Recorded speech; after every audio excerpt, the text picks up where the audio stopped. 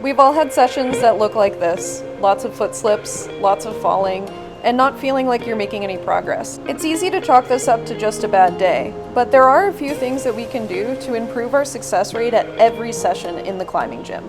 Follow along to learn about 5 helpful practices that can unlock your climbing potential. Please like, comment, and subscribe.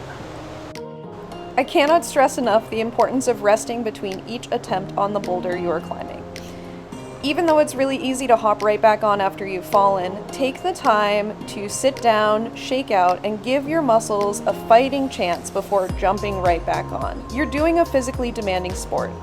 If you find it difficult to rest in between each attempt, set a timer like me, 1 minute for every move that I just made. While thinking about hand placement when mapping out a route is important, deciding where your feet are going to go when in those positions is just as important.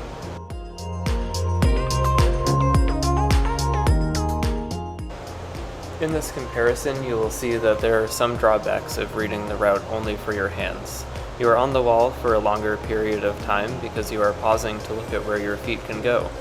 Footwork is a very important aspect of your climbing flow, and the best way to work on your footwork is to practice reading the route in terms of how all of your limbs will work together in the most efficient way. Taking the steps to consider your foot position before an attempt, especially analyzing the potential cruxes of a climb, can make a massive difference. This will also help you to avoid getting stuck in a dead-end type of scenario where you are stuck in a position with no option for a foot. This is an example of the same route with forethought about the feet during reading before an attempt.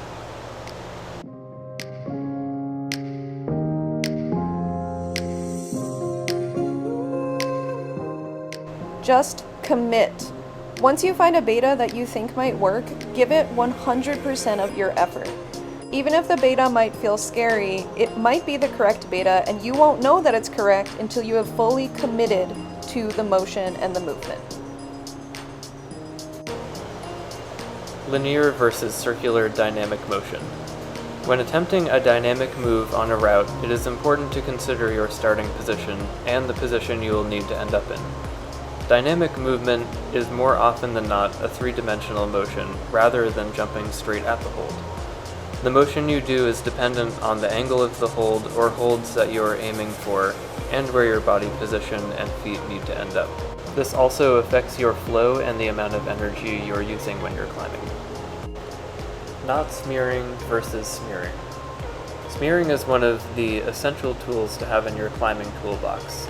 Being confident with smearing, both on the wall and on volumes, can open up many beta opportunities at all levels of climbing. It will help you to learn more about your body awareness and what positions you are comfortable in. Using smearing to get yourself into a more desirable position can be helpful on all kinds of climbs.